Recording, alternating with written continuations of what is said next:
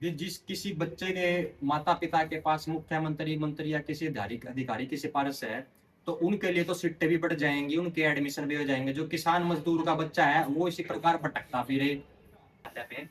2024 में पीएचडी के एमबीए के एडमिशन हुए थे, जिसमें 4 सीट थी और 4 सीटों पे 12 एडमिशन कर दिए गए थे, जिसका कि आज 1.5 साल बाद भी आज तक उस पर कमेटी बैठी थी। 1.5 साल बाद भी आज तक उसका कोई रिजल्ट नहीं निकला कि उसमें किसकी गलती थी और कौन दोषी था। उसमें बहुत ज्यादा घोटाले हुए थे।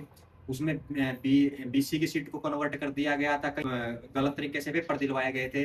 लेकिन बच्चे की कोई रीअपीयर आती है और वो रिवेल्यूशन का फॉर्म भरता है, तो उसके लिए एक समय निर्धारित होता है कि 15 दिन के अंदर उसको वो फॉर्म भरना होता है। तो ये समय निर्धारित किसी अधिकारी के खिलाफ जब कोई जांच होती है तो उसमें समय निर्धारित क्यों नहीं होता? वो समय इसलिए निर्धारित नहीं होता ताकि उस अधिकारी को बचाने का कार्य किया जाए, जिसका कि सबसे बड़ा एग्जाम्पल ये घोटाला है। 1.5 साल तक आज तक इसकी रिपोर्ट भी सबमिट हो चुकी है, लेकिन वाइस चांसलर या फिर यूनिवर्सिटी अथॉरिटी द्वारा इस पर कोई निर्णय नहीं लिया जा रहा। क्यों? क्यों? उनकी आपस में कोई सहमति हो गई है, या फिर कोई गठबंधन हो गया, या फिर जिसने वो घोटाला किया उसके हाथ इतने बड़े हैं कि उसके सामने वाइस चांसलर भी झुके हुए हैं।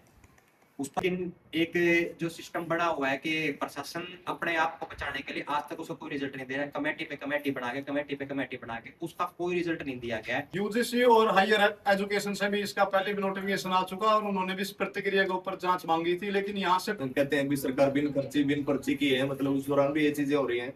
तो हमें इस चीज को संज्ञान में लेते हुए मतलब एक मुद्दा बड़ा। यूनिवर्सिटी प्रशासन की ऐसी क्या मजबूरी है भाई जो इनको बचाने के लिए लगे हुआ है, और सभी विद्यार्थी और जितने भी एबीवीपी की टीम और सभी संगठन साथ में मिलकर अभी यूनिवर्सिटी प्रशासन को बचाने का कार्य कर रहे हैं, जो उनके खिलाफ कार्रवाई करेंगे। और 2 दिन के अंदर अगर इसका समाधान नहीं हुआ तो हम सभी टीम और एबीवीपी की टीम जितने भी यूनिवर्सिटी के प्रशासन के जो मुलंदे अंदर बैठे बैठे सो रहे हैं उनको जगाने का काम एक बड़े आंदोलन के साथ करेंगे। और वो भी कुछ नहीं बोल पा रहे हैं। तो मेरा हरियाणा सरकार से भी और शिक्षा मंत्री से भी निवेदन है कि मतलब मुख्यमंत्री या मंत्री के जिनके पास सिफारिशें हैं उनके बच्चों के एडमिशन पीएचडी में हो जाएंगे, उनके लिए सीटें बढ़ा दी जाएंगी। लेकिन जो आम किसान का बच्चा है, मजदूर का बच्चा है, उसके लिए कोई रूल कोई रेगुलेशन नहीं है।